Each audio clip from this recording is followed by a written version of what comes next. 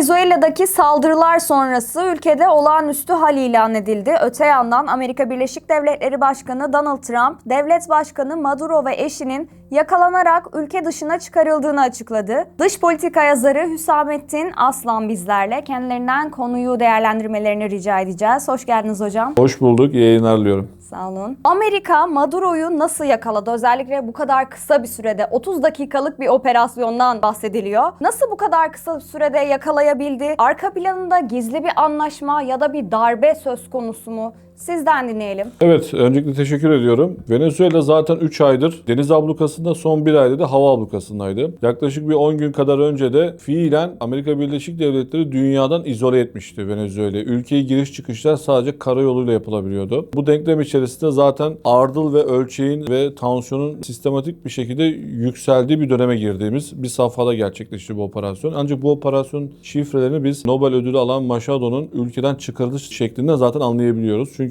Machado bir dönem askeri vesayetten kaçmak için sığınaklarda saklanıyordu. Ödülü almak için kıta Avrupa'sına gittiği sırada hem Amerika Birleşik Devletleri'nin hem de Maduro yönetiminden bazı kişilerin, bu bazı kelimesine dikkat çekmek istiyoruz. Bunların kim oldukları ilk başta nitelendirilmedi. Daha sonra Machado ülkeden çıkartıldı ve kıta Avrupa'sına uçak yolculuğu yaparak Avrupa'ya ulaştı. Dolayısıyla bu aynı zamanda Amerika Birleşik Devletleri'nin Maduro yönetimiyle de bir şekilde irtibat halinde olduğunu, hatta Nobel ödüllü ki siyasi anlamda muhalif olan bir kişinin ülkeden çıkartılacak kadar işbirliği yapacak bir ilişki seviyesini tesis edildiğini görüyoruz. Dolayısıyla hem Başkan Maduro'nun başkanlık sarayı çevresi hem Miraflores başkanlık konutunun olduğu yerler çok yoğun bir güvenlik ağıyla çevrelenmişti. Hem sivil görünümlü polisler hem sivil kıyafetli askerler ve istihbaratçılar bölgede, ben kendim 4 ay önce de uluslararası seçim gözlemcisi sıfatıyla da bölgede bulunmuştum. Dolayısıyla yoğun bir güvenlik çerçevesi altındaydı. Bunun dışında kendisini destekleyen kitlere de lojmanlar verilmişti. Dolayısıyla sosyal bir duvar, sosyal bir abluka da söz konusuydu. Yani şunu demeye getiriyorum. CIA kendisinin başlı başına yapmış olduğu bir operasyon olmamakla birlikte bu bir istihbarat başarısı değil. Arka kapı diplomasisinin çok ön plana çıktığı bir diplomatik bir başarı olarak değerlendirmek gerekiyor. İçeriden mutlaka bir işbirlikçi değilse bile barışçıl yolu çözüm olarak görmüş bir mutabakata varılmış bir gruptan bahsetmemiz gerekiyor. Dolayısıyla bu operasyon nasıl gerçekleştiği bir hikaye ve sinema örgüsü olmakla birlikte siyasi anlamda ve diplomatik açıdan bir mutabakata varıldığını güçlü bir şekilde vurgulayabiliriz. Nitekim her devrik lider ülkeden ayrılışı oldukça sancılı geçer ama Maduro ülkeden eşi Sicilia Flores ile beraber çıkartıldı. Eşi aynı zamanda Maduro'nun kariyer basamaklarını tasarlayan kişi. Evlendiği sırada sendika başkanlığı, Dışişleri Bakanlığı, başkan yardımcı ve nihayet Hugo Chávez'in ölümüyle birlikte devlet başkanlığı geçiş süreci büyük oranda eşiyle evliliklerinden sonra ve eşinin arka kapıda kendisini uluslararası sistemle entegre etmesinden kaynaklanıyor. Her ne kadar Venezuela uluslararası sistemle izole edilmiş bir ülke olsa da eşi Sicilia Maduro'nun kariyer planlaması da çok da belirleyici olmuştur. Dolayısıyla burada askeri bir istihbari bir çalışmadan ziyade diplomatik bir ilişkinin tesis edildiğini vurgulamamız gerekiyor. Trump'ın da Maduro ve eşini yakaladık şeklindeki açıklaması tüm küresel olarak dünyada aslında bir devlet başkanının bu hale gelmesi, bu halde açıklamalarla gündeme gelmesi küresel olarak da Trump'ın verdiği bir mesaj olarak biliyor muyuz biz bunu? Kesinlikle bu bir medya PR'ı. Sonuçta Donald Trump devlet başkanı olduğu kadar aynı zamanda bir medya starı. Dolayısıyla ülkenin güvenlik kurumlarını, Pentagon'u, CIA'yı bir şekilde uluslararası piyasalara güçlü ve vakurlu göstermesi için bunu güvenlik teşkilatlarına atfetti. Ancak çok net bir şey, o sokakları bildiğim için başkanlık konutunun arka taraflarını, devlet başkanının sarayını, çalışma ofisi. Dolayısıyla CIA orada kimseye görünmeden bir ülkenin cumhurbaşkanını isterse bütün muhalifler tarafından kuşatılan bir sokak olsun, hiçbir vatandaş kendi ülkesinin cumhurbaşkanı kaçırılmasına müsaade etmez. Dolayısıyla kendi içinde korkunç bir küresel medya PR'ı olduğunu söylememiz gerekiyor. Amerika neden Venezuela ile bu kadar ilgileniyor deyip dışarıdan böyle bir bakış açısıyla girersek ne gibi amacı var? Amerika neden Venezuela ile ilgileniyor? Şimdi bunun bir jeostratejik cevabı var. Bunun bir ekonomik cevabı var. Bunun bir de siyasi ideolojik cevabı var. Siyasi ideolojik cevabı Venezuela sağ muhalefetini destekleyip Venezuela'daki milliyetçi sol Bolivarcı hükümeti alaşağı etmek istiyor. Bunun siyasi anlamda cevabı bu. Çünkü daha anlaşılabilir Venezuela sağ muhalefeti. Venezuela sağ muhalefeti biraz da Amerikancıdır. Dolayısıyla kendisiyle yakın çalışabileceği bir müttefik siyasi bir grubu destekliyor. Siyasi hedef bu. Ekonomik hedef, görünen hedef var, görünmeyen hedef var. Görünen hedef ülkede keşfedilmiş 300 milyar varil. Modern teknolojiyle bu rakamın 500 milyar varillik bir rakama tekabül edeceği söyleniyor. Bu da Rusya, İran ve Suudi Arabistan rezerv kapasitesiyle eşdeğer bir kapasite. Aynı zamanda Venezuela'daki ağır ham petrol Amerika Birleşik Devletleri'ndeki rafine sistemine ve üretim sistemine tam uyumlu. Çünkü yıllarca onların güdümündeydi ve 1998'den sonra Venezuela Amerikancı olmaktan çıkıp Amerikan karşıtı bir hükümete geçti. Dolayısıyla teknik anlamda böyle bir karşılığı daha var. Konuşulmayan konu ise iki tane. Bir tanesi 21. yüzyılda biliyorsunuz petrolün yerini elektrikli otomotivler aldı. Onların temel bileşenleri elektrikli otomotivlerde akü ve pil. Bunlarda 4 tane nadir element ön plana çıkıyor. Bazıları 5 diyor. Bunların başına nikel, lityum, alüminyum ve bakır geliyor. Bazıları altın da sayıyor. İşte Venezuela'da nikel ve altın var. Dolayısıyla pil ve aküleri yapabilmeniz için nikele ihtiyacınız var ve dünyada nikel arzı ile ilgili kısıtlamalar ve sıkıntılar var. İşte bir kısmı Endonezya'da, bir kısmı Yeni Kaledonya'da. Yeni Kaledonya Endonezya'nın açıklarında bir ada devlet. Orada da 2 sene önce bir darbe gerçekleşmişti. Yine bir kısmı Rusya'da işte bu savaşın gerçekleşmiş olduğu bölgede. Dolayısıyla nikel ve altın bizim ülkemizde daha çok takı sektörüyle anılsa da bu da uzay teknolojilerinde ve elektrikli otomotivlerin birçok bileşeninde kullanılan bir nadir metal. Hatırlarsanız Elon Musk Donald Trump'ın seçim kampanyasına yoğun bir destek vermişti. Ondan önceki 2024 Venezuela başkanlık seçimlerinde Maduro'yu ve hükümetini alaycı ve aşağılayıcı cümlelerle açıktan müdahale olmuştu. Dolayısıyla görünmeyen noktada meselenin arka planında böyle ticari bir takım menfaatleri gözettiğini söyleyebiliriz. Üçüncü başlık jeostratejik mesele. Venezuela çıkartılan petrolün %70, bazı rakamlar %60. Her halükarda baskın bir rakamı Çin ithal ediyor. Venezuela ihraç ediyor. Bu anlamda Asya'da en büyük müşterileri Venezuela'nın Hindistan, Çin ve rafine işinden ötürü İran. Kıta Avrupa'sında konuşulmayan ki bu süreçte çok sessiz olarak götüren İtalya ve Fransa petrol ihtiyacını Venezuela'dan sağlayarak götürdüğünü biliyoruz. Dolayısıyla jeostratejik açıdan Amerika Birleşik Devletleri ile ilişkisi bulunan belki Çin değil ama Hindistan, İtalya, Fransa gibi ülkelerin ambargo uygulamış olduğu Venezuela'ya bu kadar petrole bağımlı olması Amerika Birleşik Devletleri rahatsız eden bir konu. İkincisi ise Çin, Amerika ile ticaret savaşlarının ortasında ve adeta bir deniz lojistik ağı kurmuş durumda. 1600 tane gemiyle Çin'den İran ve Venezuela bandından petrol ithal ediyor Çin ve kanallar ve boğazlar her geçen gün önemini korumaya başladı. Biliyorsunuz ilk geldiğinde göreve Donald Trump Panama kanalı krizi çıkarmıştı. Çünkü kanal çok meşgul oluyordu ve bu yoğunluğu azaltmanın peşindeydi. Dolayısıyla Venezuela gibi petrol üretiminin %60'ını %70'ini ithal eden bir Çin'in her geçen gün Amerika'nın arka bahçesinde büyümesi, ekonominin dışında az önce bahsettiğim gibi askeri ve istihbari anlamda ülkedeki hegemon güç olması Amerika Birleşik Devletleri'ni rahatsız etti. İşte bu üç bileşen ve altındaki alt başlıklar Amerika Birleşik Devletleri'ne Venezuela'ya müdahale etmesine neden oldu. Uyuşturucu gibi evrensel bir meseleyi gerekçe göstererek müdahaleye bir bahane oluşturduğunu görüyoruz. Venezuela'nın iki müttefiki Çin ve Rusya gözler çevrildi. Kınamalar geldi fakat Evet. nasıl bir rol oynayacaklar? Bu konuda Rusya ne yapacak? Çin ne yapacak? Şimdi bu gerilimden önce Çin'in 70 milyar dolar civarında bir alacağı vardı. 2-3 kere bunu ötelediler. Hatta bazı borçları Çin'in sildiğini biliyoruz. Venezuela Çin için bir Latin Amerika kıtasına bir sıçrama tahtası. Çünkü burada yapmış olduğu işte son 5 yıla kadar ekonomik yardımlarda, altyapı yardımlarında bulunuyordu. Çin son 5 yıldır askeri ve istihbari yatırımlara ve güvenlik aygıtına yatırım yapmaya başladı. Birçok toplumsal gösterinin önüne yüz tanıma sistemleri, haberleşme sistemlerinin dinlenmesi, ses ve görüntülenme sistemindeki artık kişilerin özel hayatlarına girercesine, telefon konuşmanı dinlercesine özel aygıtlar geliştirdiğini biliyoruz. Ancak bu krizde Çin beklendiği gibi güçlü bir destekte bulunmadı. Sadece sembolik bir takım açıklama ve kınamaların ötesine gitmediğini biliyoruz. Son olarak Rusya'da Ukrayna Savaşı'ndan ötürü birçok askeri ve istihbari kapasiteyi cephe hattına yığdığından ötürü 2019 darbe kalkışmasına Wagner'i göndermiş yönlenmiş. Güçlü istihbaratçıları ve eğitmenlerini falan sahaya gönderdiğini biliyoruz. Ancak bu sefer öyle olmadı. Sadece Panzer hava savunma sistemlerini ve S-300'leri Venezuela'da hizmetine sundu. Onu da 1-2 tane askeri kargo uçağıyla yaptı.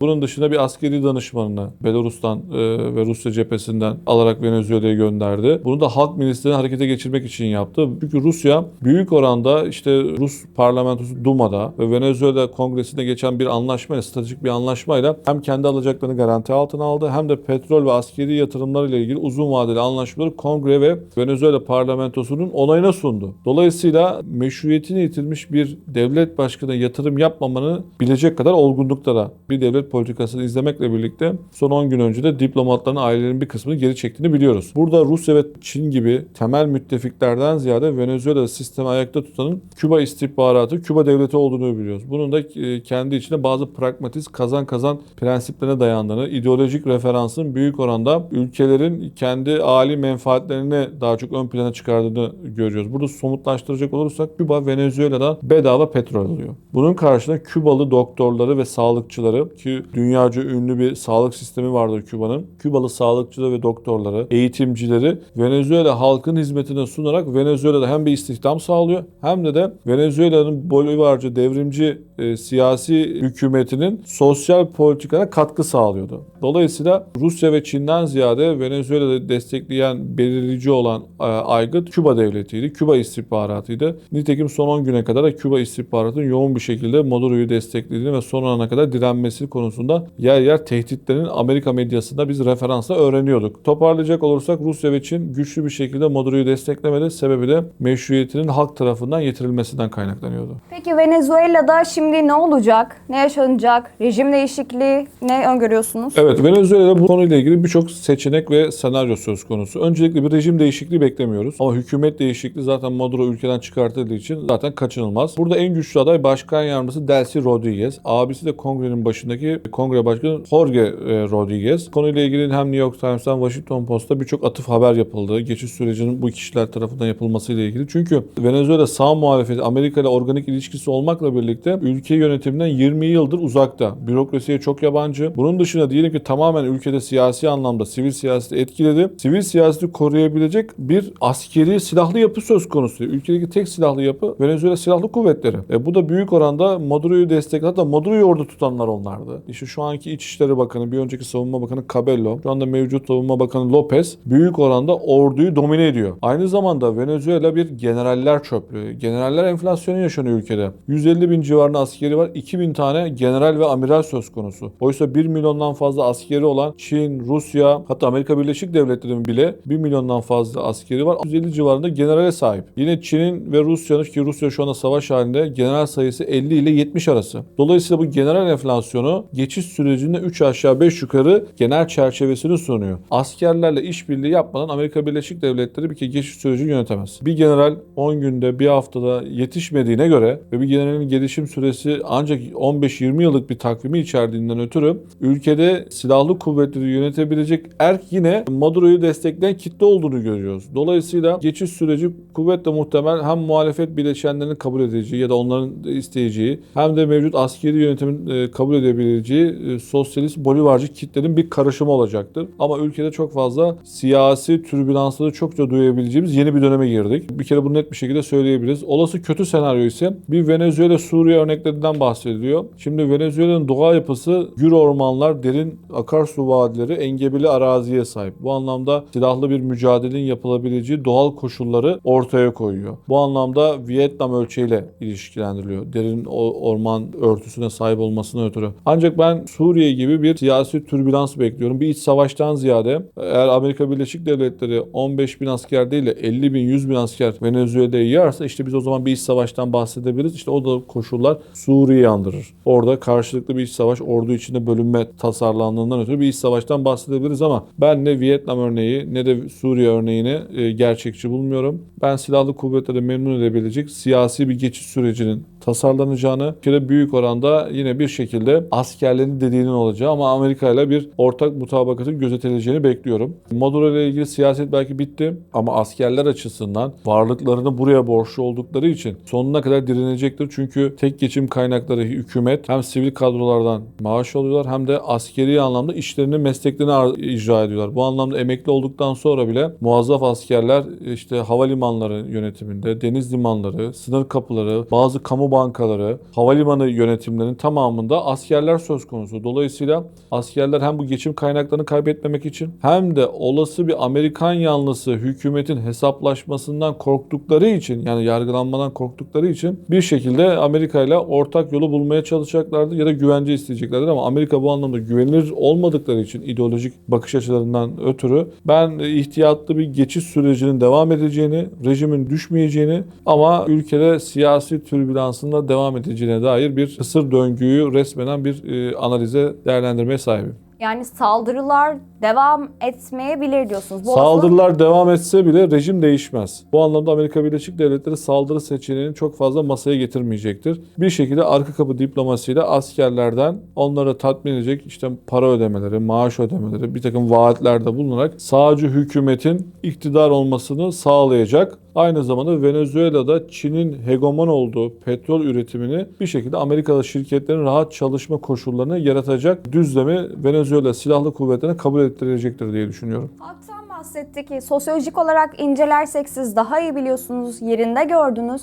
Halkın tepkisi ne olacak bundan sonraki süreçte? Nasıl karşılayacaklarını düşünüyorsunuz? Şimdi bu gerilim Eylül ayında başladı. Eylül ayına gelmeden önce iki tane büyük kırılma var. Bir tanesi 2024 başkanlık seçimleri, diğeri 2025 yerel seçimler. Başkanlık seçimleri oylama devam ettiği sırada Maduro'yu destekleyen bürokrasi bir şekilde sayım devam ederken sonuçları açıkladı. Sayımın elektronik oylamanın yapılmış olduğu tutanakları açıklamadılar. Kendisini destekleyen Latin Amerika solcu liderler bile seçim sonuçlarını tanımadı. Örneğin Kolombiya'da Pedro, Brezilya'da Lula da Silva, Şili'de Boric gibi liderler tutanakları açılmasını rica ettiler. Aksi halde bu seçimin siyasetten sorumlu, psikolojik olarak da meşruiyetini yitirdiğinden bunlar ciddi krizlere neden oluyor her iki ülke arasında. Şimdi bu devlet başkanları Amerika'nın müdahalesine karşı çıkıyor olsalar da bunu insan hakları ve evrensel değerler üzerinden karşı çıkıyorlar. Egemen bir ülkenin iç işlerine karışılmasıyla ilgili eleştirileri var. Yoksa meşruiyetini yitirdikleri noktasında net bir şaibe olduğunu söylememiz gerekiyor. Tabi bu devam ederken 2025 yılında benim de seçimleri gözlemci sıfatıyla izlediğim bir dönemde bağımsız katı araştırmacılar %11 seçime katılım gösterdiler. Maduro'nun kendisi de %42 açıkladı. Dolayısıyla bu zaten kendi açıdan politik olarak meşruiyetini yitirdiği gibi hukuken de bir meşruiyet sorunsalı çıkardı. İşte Ağustos'un ilk haftasında gerçekleşen yerel seçimden kabaca bir ay sonra deniz ablukası ve hava ablukası başladı. Dolayısıyla temel neden Maduro'yu destekleyen kitlerin kendi desteğini çekmesinden kaynaklanıyor. Nitekim genel seçimlerden sonra Maduro'yu güçlü destekleyen kasabalarda bile Hugo Chávez'in heykelleri yıkıldı, sokaklarda sürünerek götürüldüğünü biliyoruz. Bu son seçimde de benzer bir durum oldu. Ülkede güvenlik aygıtı ve Amerika'nın müdahalesiyle yürüyen bir yerel seçim halkı da yine teveccühe neden olmalı. Son olarak da deniz ablukası, hava ablukası başladığında bunun bir insanlık problemi olduğu, egemen bir devletin iç işlerine karışıldığına yönelik eleştirilere karşı Maduro ve kendisini destekleyen kabine halkı seferberliğe çalışarak protesto gösterileri organize etti. Ama bütün gösterilerin kadraj görüntüne baktığınız zaman, ki normalde Maduro son 3-4 yıldır büyük meydan gösterileri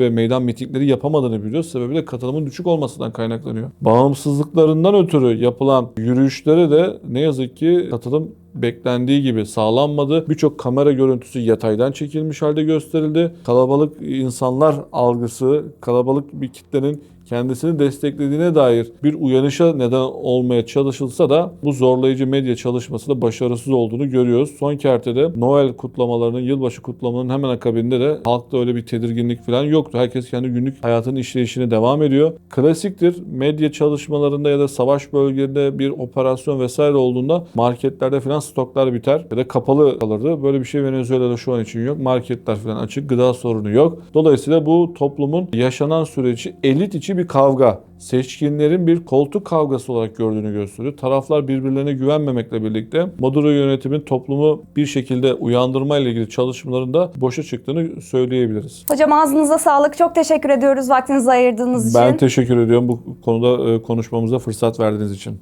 Çok sağ olun. Çok teşekkürler.